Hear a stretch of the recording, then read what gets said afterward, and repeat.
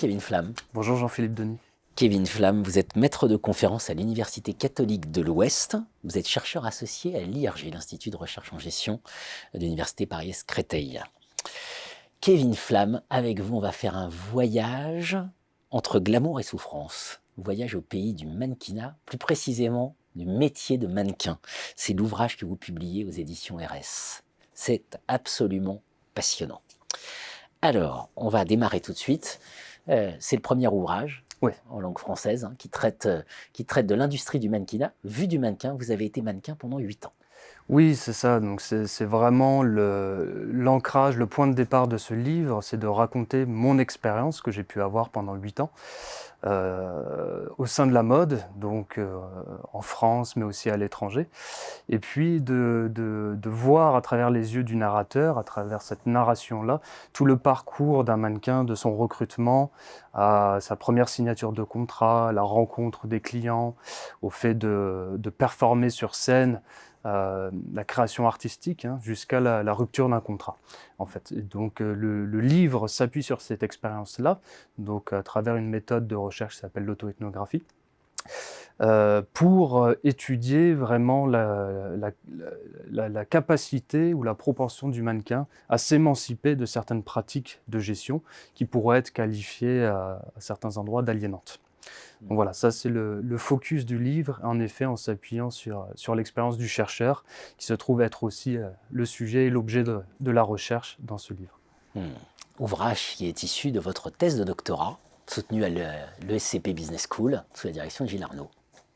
Oui, exactement. Donc c'est une thèse qui a été assez longue, puisqu'elle a duré 5 ans, et en effet sous la direction du professeur Gilles Arnaud, qui m'avait introduit donc à la démarche clinique de recherche dans ce livre, pour essayer justement d'entamer ce travail de réflexivité qui est nécessaire dans ce type de méthode de recherche, et puis pour faciliter aussi la prise de recul à l'analyse qui se construit au fur et à mesure, pour pas être, comment dire, absorbé par le récit de soi, ce qui est une des limites de l'auto-ethnographie, en tout cas une des critiques qu'on peut trouver dans la littérature.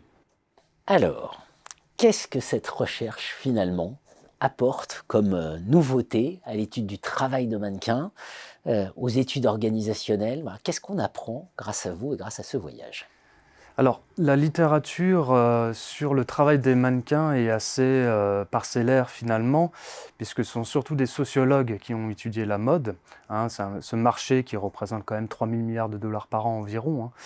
Et puis, pour montrer en tout cas que la création de valeur dans ce secteur d'activité-là repose évidemment sur les mannequins, à travers le développement de capitaux, que ce soit des capitaux symboliques, le fait de rencontrer, démarcher un réseau, de travailler son corps, et puis aussi de jouer sur scène le fantasme, le rêve de chaque client, jusqu'à ce que Hochschild appelait le travail émotionnel. Donc la littérature a beaucoup étudié ça, en montrant finalement que ces grandes consignes qui émanent des agents, des clients, des photographes, des stylistes, viennent de l'extérieur et sont quelque part imposées aux mannequins qui subit ces injonctions-là en vue de correspondre à ce modèle de création de valeur.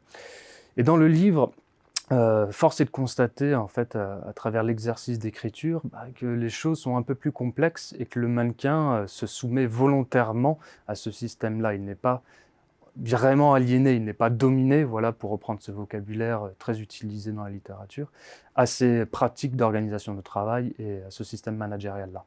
Bien au contraire, il y participe volontairement. Et ça, c'est un point de différence avec la littérature, en effet. C'est une forme de servitude volontaire. Dans l'ouvrage, vous évoquez notamment l'idée qu'un jour on incarne les fantasmes d'Yves Saint-Laurent et le lendemain ceux de Gucci. Oui, c'est exactement ça, en fait. Alors, pour resituer, en fait, c'est que le système de management, le modèle de management qui est en place va reposer sur différents piliers, que ce soit une logique d'obsolescence, comme vous le dites, parce que les codes de la mode évoluent très vite. Il y a aussi ce besoin de flexibilité du mannequin, parce qu'en effet, si le lundi matin, il travaille pour Yves Saint Laurent en incarnant un dandy, le mardi, il doit travailler pour Gucci, être un peu plus rock'n'roll, et puis le surlendemain, pour une marque comme Dolce Gabbana, et incarner un personnage très viril. Donc cette flexibilité en termes d'identité et de performance des émotions sur scène est nécessaire pour que le mannequin puisse créer cette valeur-là dont je parlais tout à l'heure. Puis à ça, il y a aussi dans ce modèle managérial-là une logique d'infantilisation, parce que les managers occupent la place quasiment de parents en fait. Le mannequin n'a rien à faire, il ne lit quasiment pas les contrats qu'il doit signer, il n'a pas de visibilité sur la négociation de ses contrats avec les différents clients, qui reste l'apanage de ces managers en fait. On pourrait ajouter d'autres exemples. Le mannequin voyage sur des avions dont les billets sont réservés par les managers, les chambres d'hôtel également, etc. Et donc, il est pris dans un système que les sociologues cliniciens ont appelé un système managinaire, finalement, où le mannequin va s'identifier complètement à l'idéal de l'organisation, de l'agence de mannequins, à ce rêve qu'est la mode, pour finalement poursuivre cette quête de l'excellence. C'est ce qui se voit à travers les comportements qu'ils adoptent entre eux, par exemple, de rivalité, de comparaison, en se posant des questions parfois très simples. Combien est-ce que tu as gagné après ne pas s'être vu pendant plusieurs semaines, quoi. Comment on explique finalement cette adhésion volontaire à ces processus qui peuvent paraître largement aliénants et qui vont peut-être au-delà aussi de l'industrie du mannequinat. Quand on vous écoute, on pense à l'industrie musicale, au monde artistique, probablement, voilà, tous ces univers qui font rêver. Oui, je pense que la comparaison avec le monde du sport, le monde du cinéma, sont des comparaisons assez justes. Alors, ici, dans le livre, j'ai étudié en effet l'industrie de la mode sur un temps long, pendant 8 ans. Et la narration révèle finalement une forme de clivage peut-être qui s'installe dans le parcours de vie du mannequin, qui met de côté vraiment sa vie habituelle, sa vie courante, et puis celle qui doit jouer sur scène ou sur scène, il va exulter finalement. Il faut s'imaginer que sur le podium d'un défilé, vous avez des centaines de personnes autour de vous, une musique tonitruante, centaines de photographes en face, et vous êtes starifié, vous êtes glorifié. À la sortie, des gens vous attendent pour signer des autographes. Et donc c'est probablement ce sentiment-là que le mannequin a envie de revivre à chaque fois, et qu'il le pousse à cette quête de reconnaissance sur scène. Je pense qu'on peut expliquer cette soumission-là de cette manière-là, à cette volonté qu'il peut avoir de revivre sur scène cette exaltation. Avec des processus addictifs, évidemment. Voilà. Puis évoquer les armes, on aurait presque pu parler de la science aujourd'hui aussi, dans ce domaine. Finalement, est-ce qu'il y a eu des tentatives de résistance? Alors oui. Quelle forme ont-elles prises? Oui. Donc, dans le livre, je révèle plusieurs parcours de vie ou trajectoires de vie sur ces 8 ans, dont certaines sont ce qu'Alessia Contu, à l'époque, avait appelé des résistances décaféinées, c'est-à-dire finalement des résistances qui n'ont aucun effet structurel sur le système de management ou modèle de management de ces organisations-là. Par exemple, en se consacrant entièrement au sport, ou au contraire en essayant de travailler au noir pour contourner le rôle des agents. D'accord ? Mais ces résistances-là n'ont aucun effet. Et à l'inverse, dans le livre, il y a en effet d'autres parcours singuliers que j'ai qualifiés d'actes de résistance émancipateurs. C'est le cas de Timéo, qui est toujours un ami, et qui, après plusieurs années de mannequinat, s'est retrouvé à l'abandon à New York, en fait, où il s'est retrouvé quasiment à la rue, sans un sou, sans parler anglais, est revenu en France, a décidé de rompre son contrat avec son agence française et de créer quelque temps plus tard une entreprise d'aide à la comptabilité aux finances des mannequins. Et donc pour moi, ce geste-là, cette innovation-là dans ce marché-là, de rupture quelque part, est un acte de résistance émancipateur. Il a créé un contre-pouvoir au sein de ce secteur-là.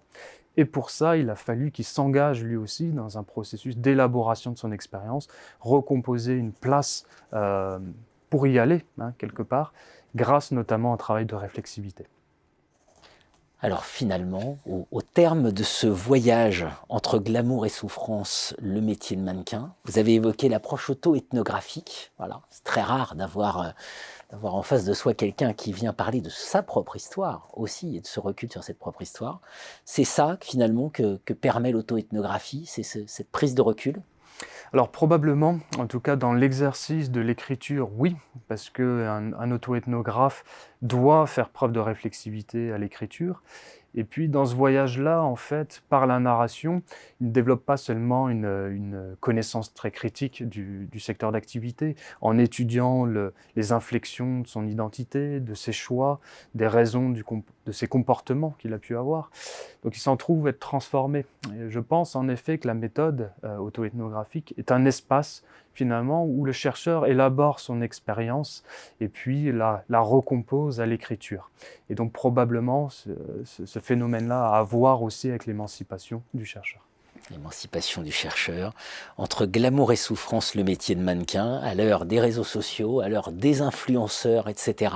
Et une jeunesse aussi, hein, qui rêve beaucoup de cet univers de la mode dont vous venez de nous parler. Voilà, entre glamour et souffrance, le métier de mannequin, édition RS. Merci Kevin Flamme. Merci beaucoup.